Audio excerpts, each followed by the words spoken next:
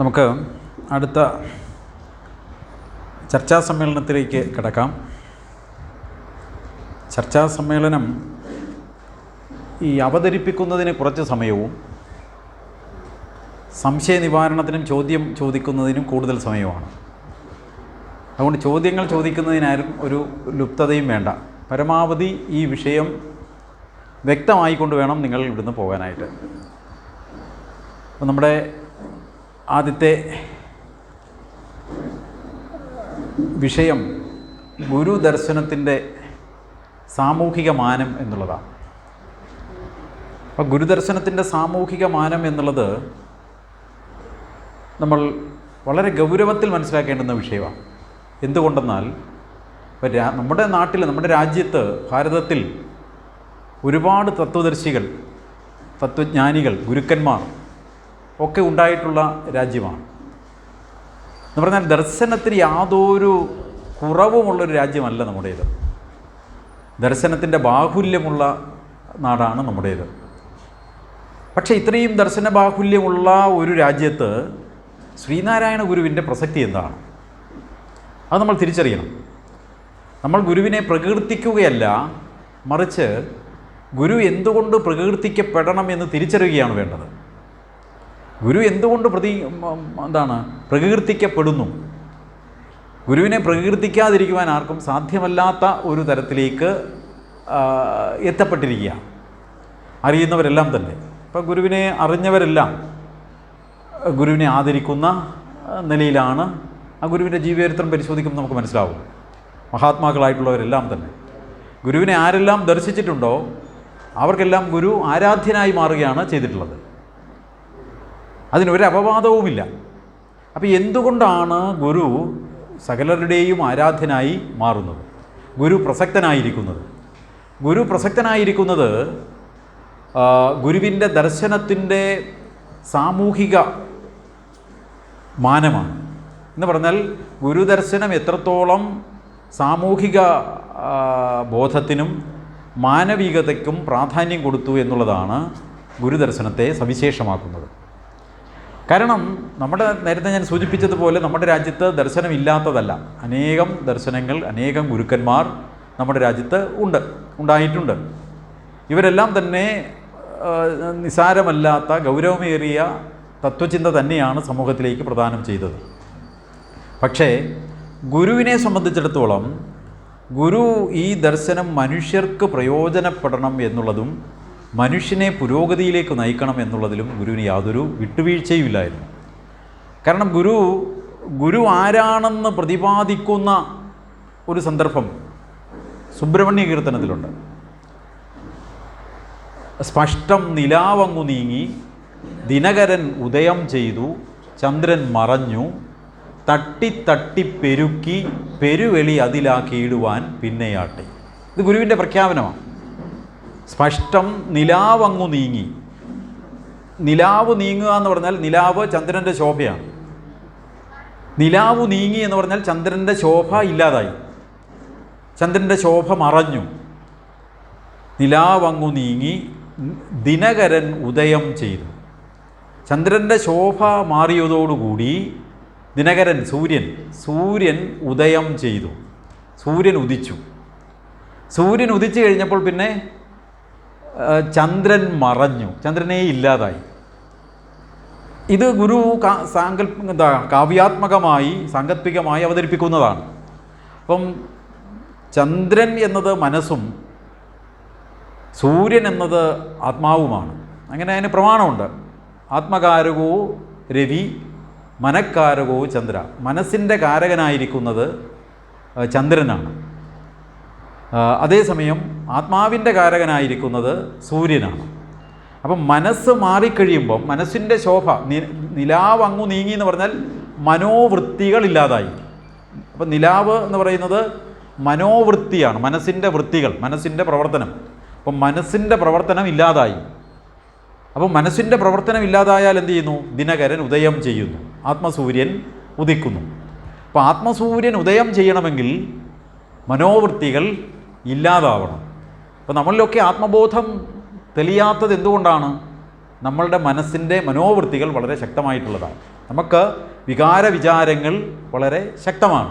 ഈ വിചാരവികാരങ്ങളെയാണ് മനോവൃത്തികൾ എന്ന് പറയുന്നത്.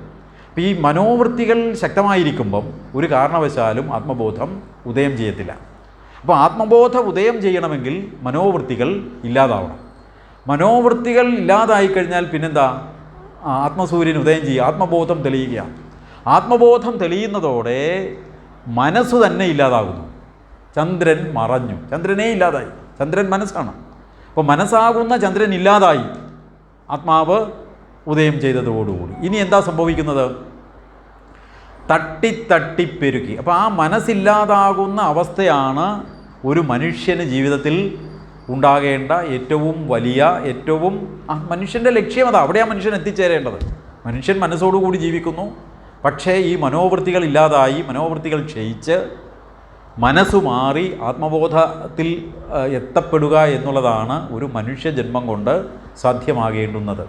നമുക്ക് അറിഞ്ഞുകൂടാ നമ്മൾ ഈ മനുഷ്യജീവിതത്തിൽ എന്താ നേടേണ്ടത് എന്നുള്ളതിനെക്കുറിച്ച് നമുക്ക് ധാരണയില്ലാത്തത് കൊണ്ടാണ് മറ്റ് വികലമായ ധാരണകൾ പലതും നമ്മളെ നയിക്കുന്നത്. അതാകണം, ഇതാകണം, പിന്നെ നേതാവാകണം, മന്ത്രിയാകണം, ഇങ്ങനെയൊക്കെ ഉള്ള എല്ലാവിധമായ താല്പര്യങ്ങളും ആഗ്രഹങ്ങളും ആവശ്യങ്ങളും നമുക്കുണ്ടാവുന്നത് യഥാർത്ഥത്തിൽ എന്താണ് ആകേണ്ടതെന്ന് അറിയാത്തതുകൊണ്ടാണ്.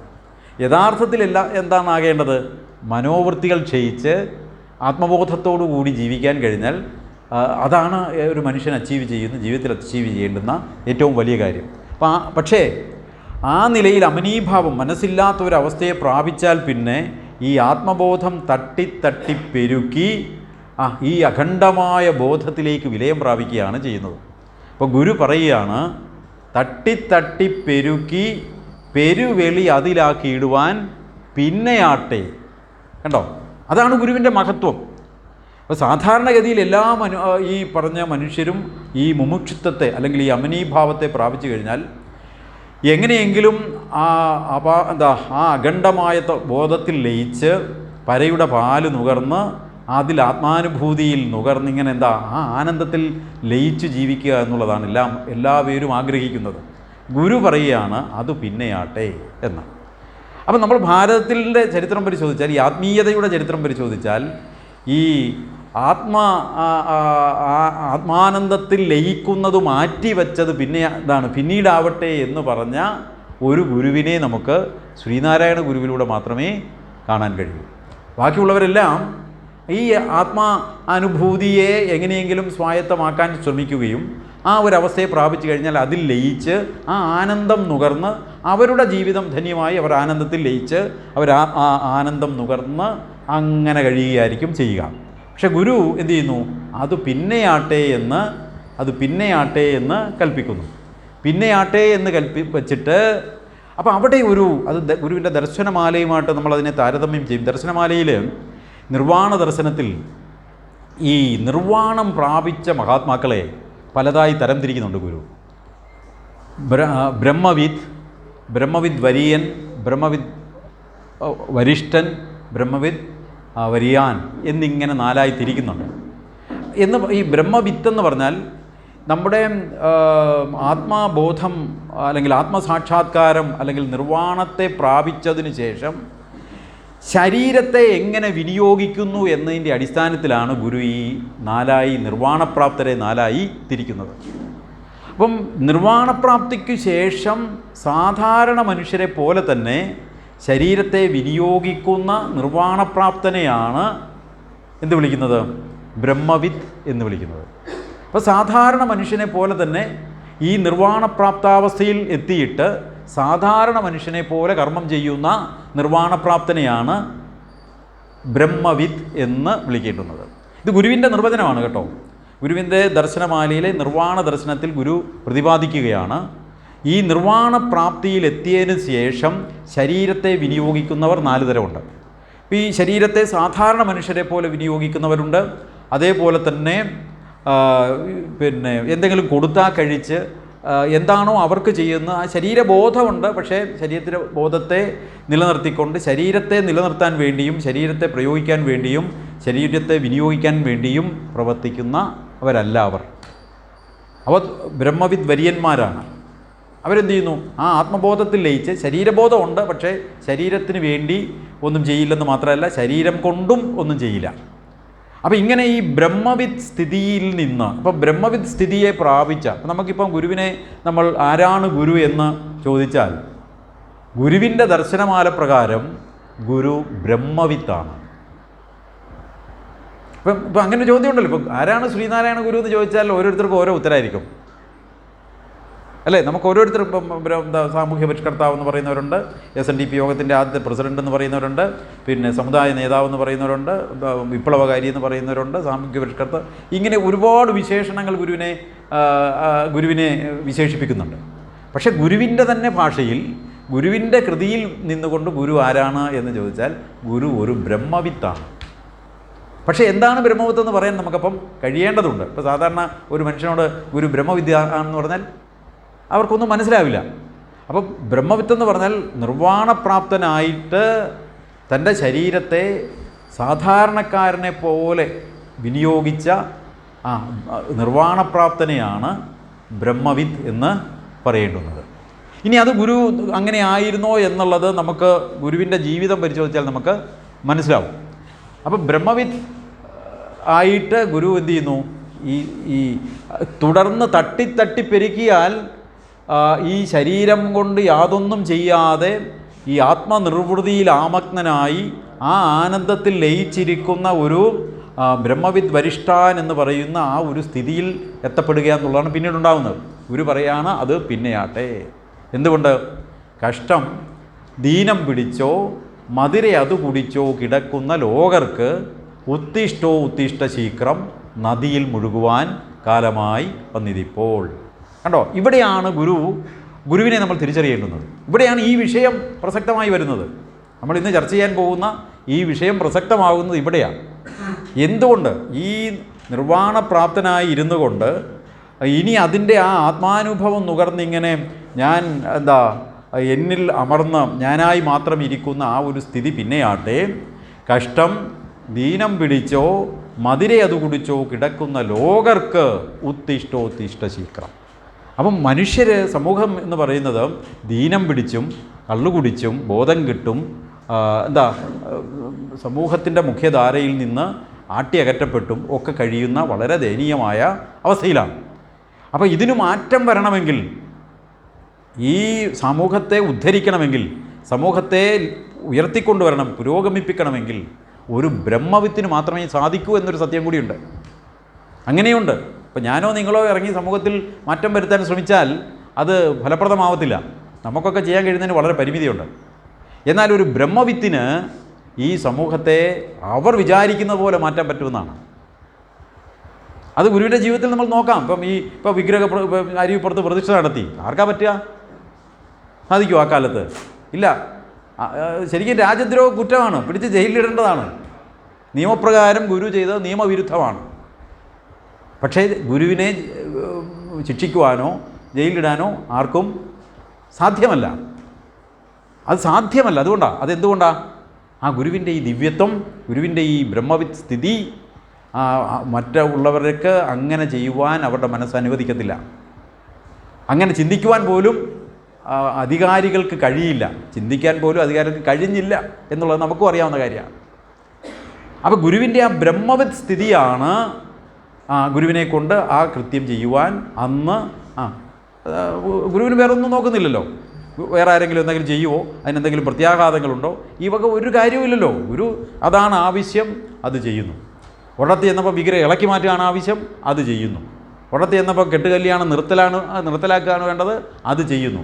ഈ കെട്ടുകല്യാണമൊക്കെ കെട്ടുകല്യാണത്തിന് എല്ലാ ഒരുക്കങ്ങളും ചെയ്ത ഒരു വീട്ടിൽ വെച്ചാൽ നമുക്കിത് വേണ്ട എന്ന് കൽപ്പിക്കുന്നത്. അവിടെ അത് കേൾക്കാൻ ആളുണ്ടായി. അപ്പോൾ ഗുരു കൽപ്പിച്ചാൽ മതി എന്ന് പറഞ്ഞപ്പം ചോദിച്ചു, കുഞ്ഞിൻ്റെ അമ്മയ്ക്ക് വിഷമമാവില്ലേ എന്ന്. ഇപ്പോൾ കെട്ടുകല്യാണത്തിനെല്ലാം ഇതെല്ലാം ചെയ്തു വച്ചിരിക്കുന്നു.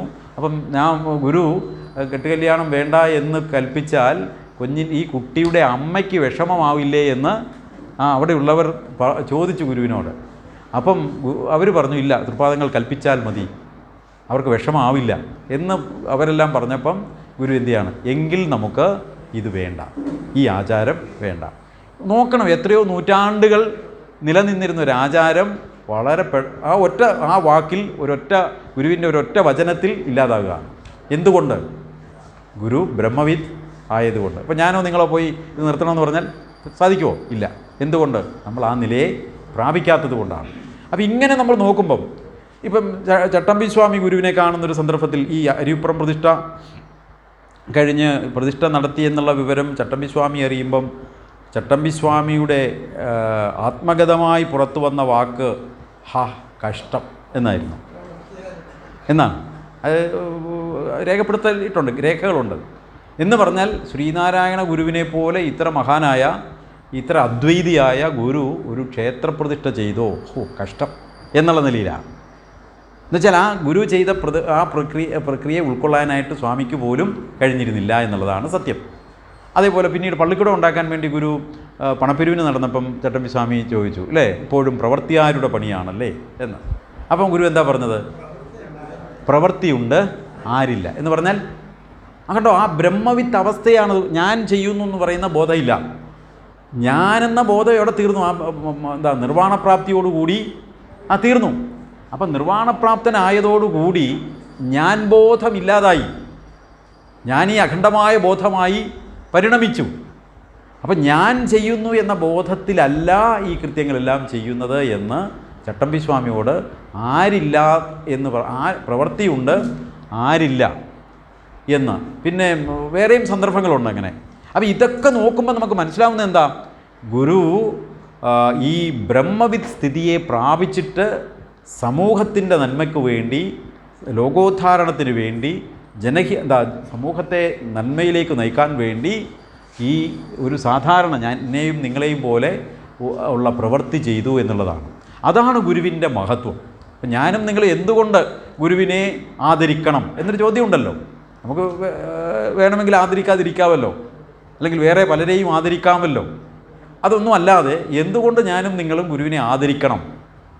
ഇതുകൊണ്ടാണ്. കാരണം ഗുരു ഈ പറഞ്ഞതുപോലെ ഗുരുവിൻ്റെ ആനന്ദത്തെ വെടിഞ്ഞിട്ട് സമൂഹത്തിൻ്റെ നന്മയ്ക്ക് വേണ്ടി, സമൂഹത്തെ സമുദ്ധരിക്കാൻ വേണ്ടി നമ്മളെപ്പോലെ സാധാരണക്കാരനായി നിന്ന് പ്രവർത്തിച്ചു എന്നുള്ളതാണ് ഗുരുവിൻ്റെ മഹത്വം. അതുകൊണ്ട് തന്നെ ഗുരുവിൻ്റെ ദർശനത്തിൽ ഈ സാമൂഹികമായ നവോത്ഥാനം അല്ലെങ്കിൽ പുരോഗതി എന്നുള്ളത്, മനുഷ്യൻ്റെ നന്മ, മനുഷ്യൻ പുരോഗമിക്കണം എന്നുള്ള വലിയ ഇച്ഛ, മനുഷ്യൻ നന്നാകണം എന്നുള്ള കാര്യത്തിൽ ഗുരുവിന് യാതൊരു വിട്ടുവീഴ്ചയും ഉണ്ടായിരുന്നില്ല. അപ്പോൾ ഗുരു മനുഷ്യരെ അത്ര പ്രാധാന്യത്തോടു കൂടി കണ്ടിരുന്നു, മനുഷ്യരെ അത്ര പ്രാധാന്യത്തോടു കൂടി. കാരണം മനുഷ്യൻ നന്നായാലേ ഈ സമൂഹത്തിൽ, ഈ പ്രപഞ്ചത്തിൽ നന്മ ഉണ്ടാകൂ. അതുകൊണ്ട് മനുഷ്യരെ നന്നാക്കാൻ ഗുരു എന്ത് ചെയ്തു? അങ്ങറ്റം ശ്രമിച്ചു.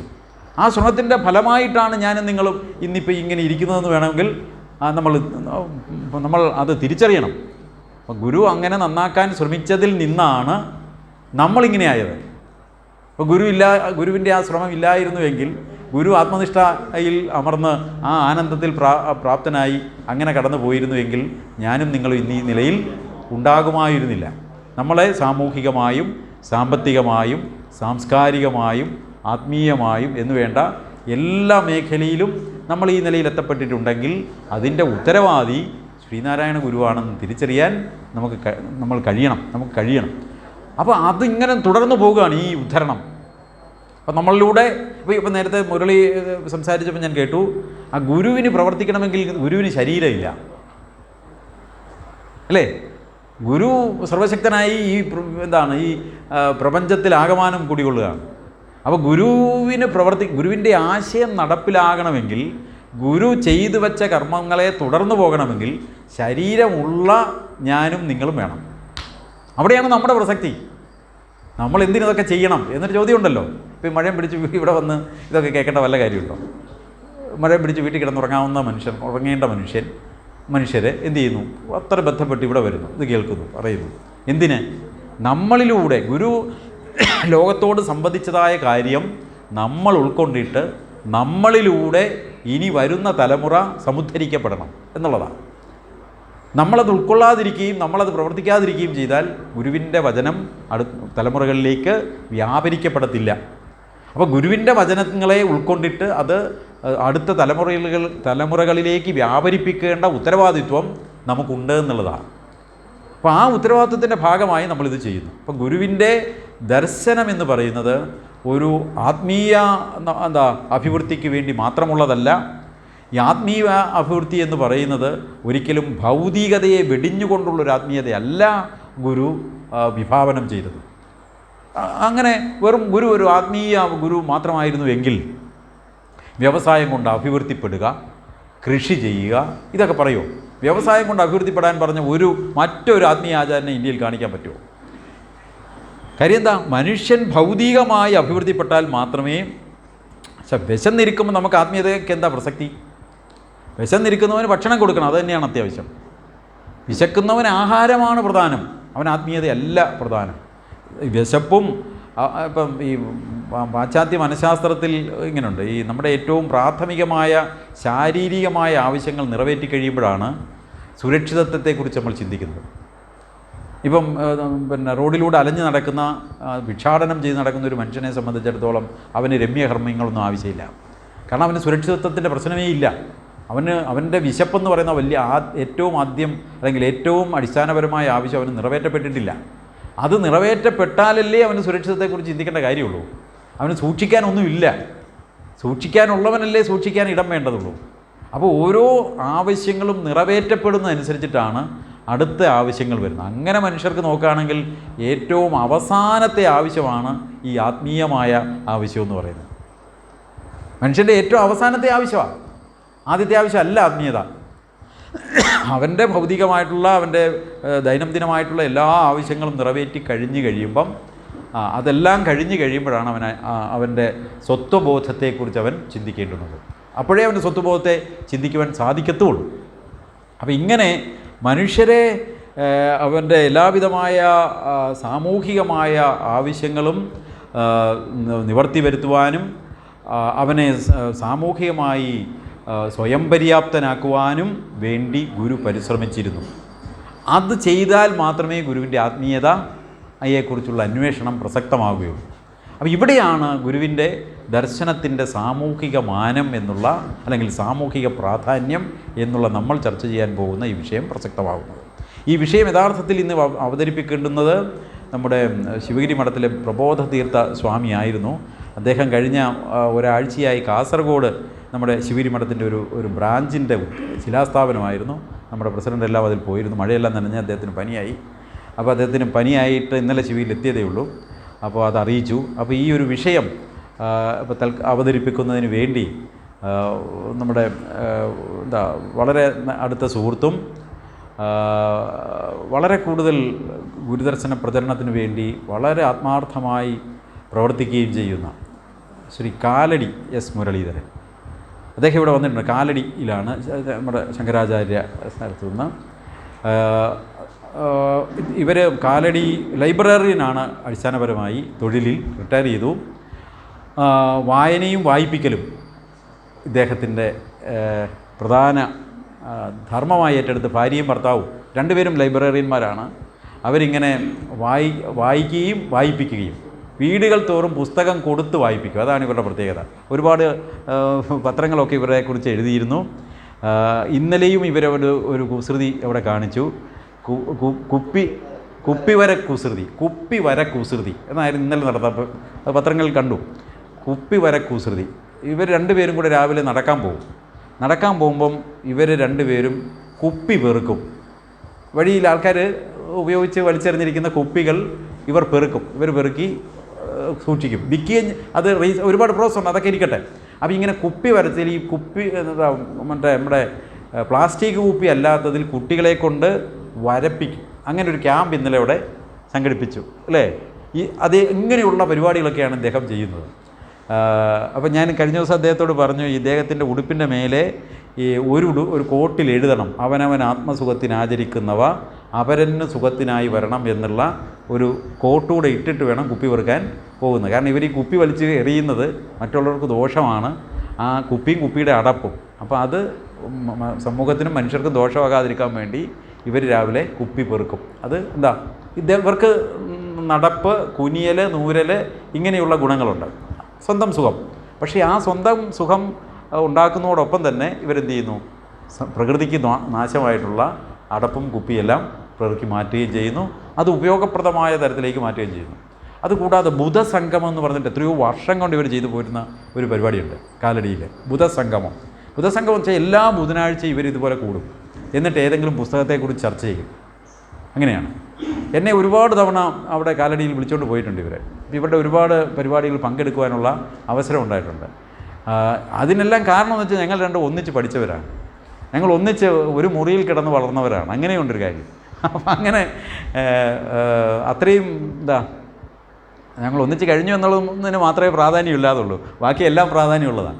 അപ്പോൾ എന്തായാലും അത്രയും വലിയൊരു മഹാനായിട്ടുള്ള ആൾ. അപ്പം എനിക്കതിൽ വലിയ അഭിമാനമുണ്ട്. ഞങ്ങളിപ്പോൾ ഇദ്ദേഹം കുപ്പി പെറുക്കുന്നു എന്നുള്ളതിനെ ഞാൻ കാണുമ്പോൾ എനിക്കത് ചെയ്യാൻ കഴിയുന്നില്ലല്ലോ എന്ന് പോലും ഞാൻ വിചാരിക്കാറുണ്ട്. അപ്പോൾ എനിക്കും ഇവിടെ ഈ പരിസരത്തുള്ള കുപ്പി പെറുക്കണമെന്ന് തോന്നിയിട്ടുണ്ട്.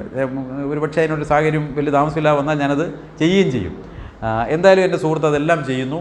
അങ്ങനെ ഗുരുവിൻ്റെ സന്ദേശത്തെ ജീവിതത്തിലൂടെ പ്രാവർത്തികമാക്കുന്ന ഒരു വലിയ മഹാനാണ് ശ്രീ കാലടി എസ് മുരളീധരൻ. സാഹിത്യകാരനാണ്, എഴുതും പറയും എല്ലാം ചെയ്യും.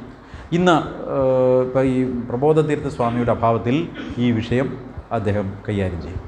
മുരളിയെ വളരെ സ്നേഹപൂർവ്വം നിങ്ങൾക്കെല്ലാവർക്കും വേണ്ടി സ്വാഗതം ചെയ്യാം.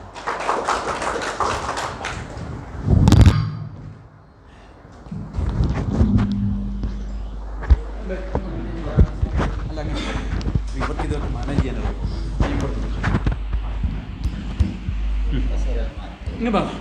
എവിടെ